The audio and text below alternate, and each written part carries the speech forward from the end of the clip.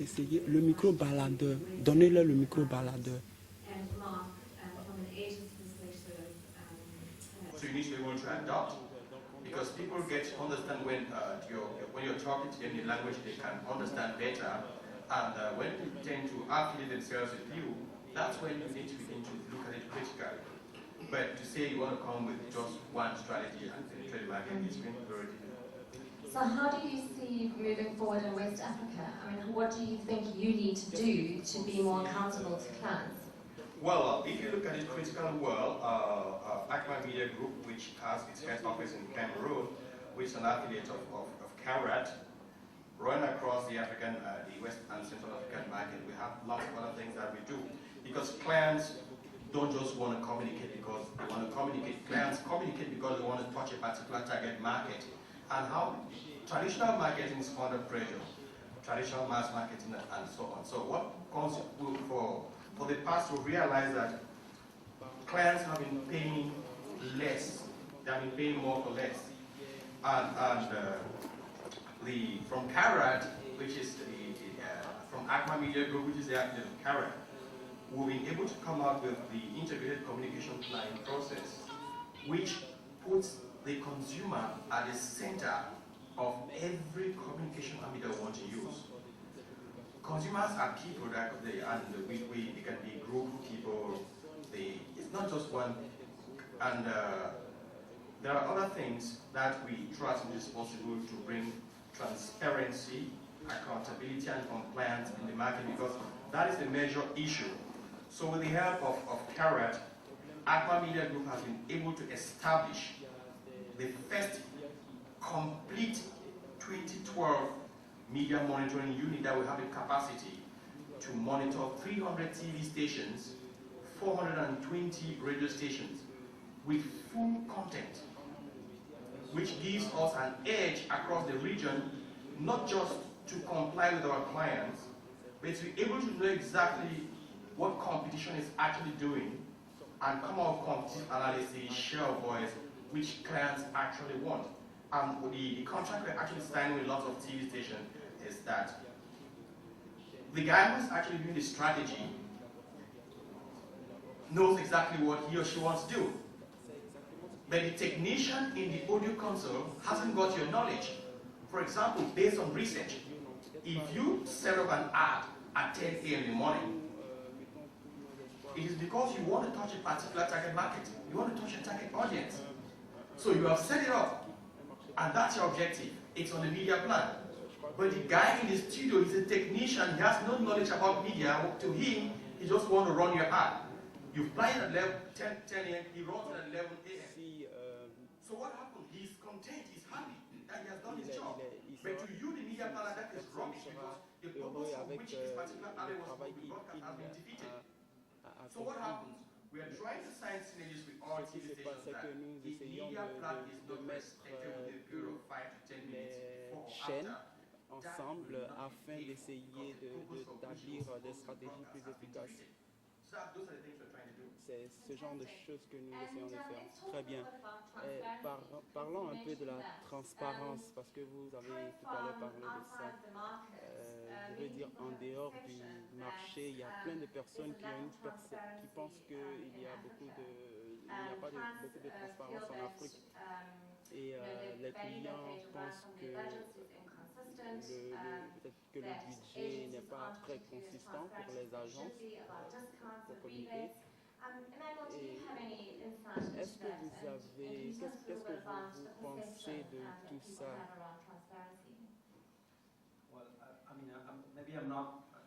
Peut-être que je ne suis pas dans une très bonne position pour vous parler de ça, mais en Europe, je pense que les agences là-bas sont plus ou moins... Il arrive que les plans ne sont pas très souvent bien élaborés, on ne le cache pas. J'attends que l'Afrique suive plus ou moins ces mêmes stratégies. Je ne sais pas si Martin can elaborate a bit more on the... Mr. Vani peut parler un peu plus de ça. Non, je ne pense pas parce que nous ne travaillons pas dans le domaine du média en Afrique. Tout ce que nous faisons est un travail, c'est pas la même chose.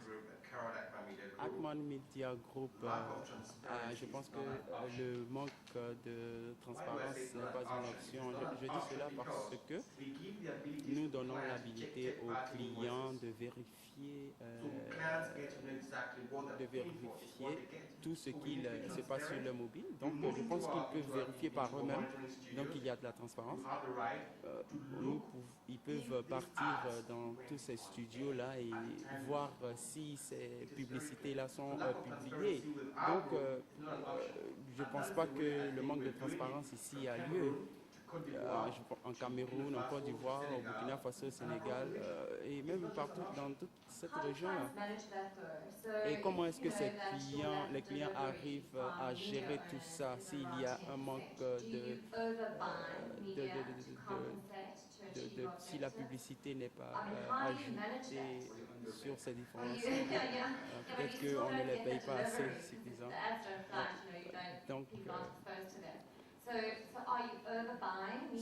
Donc, est-ce que vous jugez les médias ou